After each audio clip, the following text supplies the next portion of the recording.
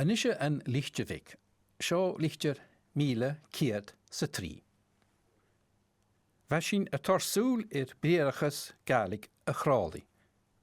Seo na bheith acinn. Chròlaidh, curling. Chròlach, curler. Clach chròlaidh, curling stone. Scuapach, brush.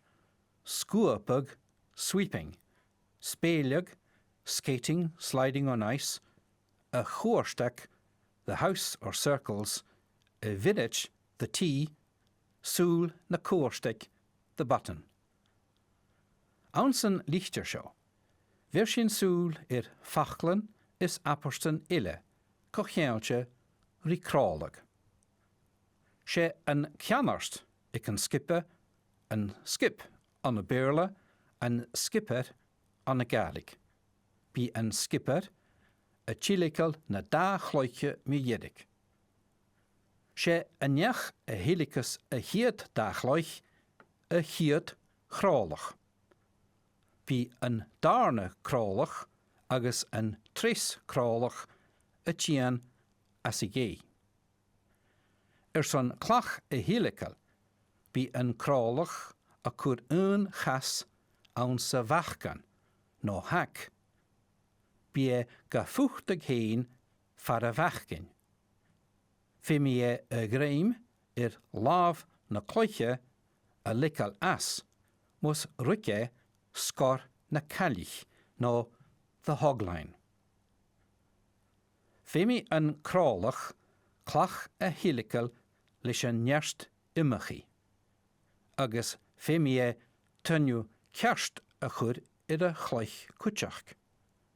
Bí a chlach a tiúndag go túh a réir an tunniuire.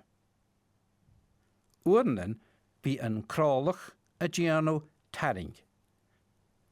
Bí sin a fácal na cloiche an san tai, gunna bhí a bólag an a clach héile. Uornan bír a fácal clach tu bh mui an tethe mar jaarst nó guardstone. Gata uornan bír a geno scalc le bhí a bólag clach an a clach ile.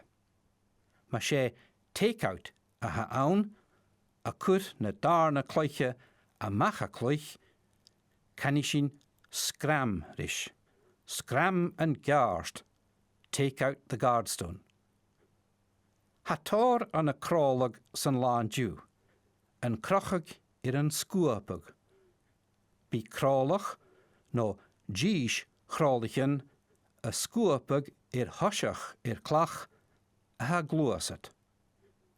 Bí sin a carachag a nastar a héití agus an clia a gásaí. Hanna scuaparan le cútramach. Agus hanna clachan héin gama alapanach. Ha anjoan ans na gémanan Olympicach an giano de chlach graan a hic a nielan an an alapa. Cric jalasich, farchoste, shirach aard.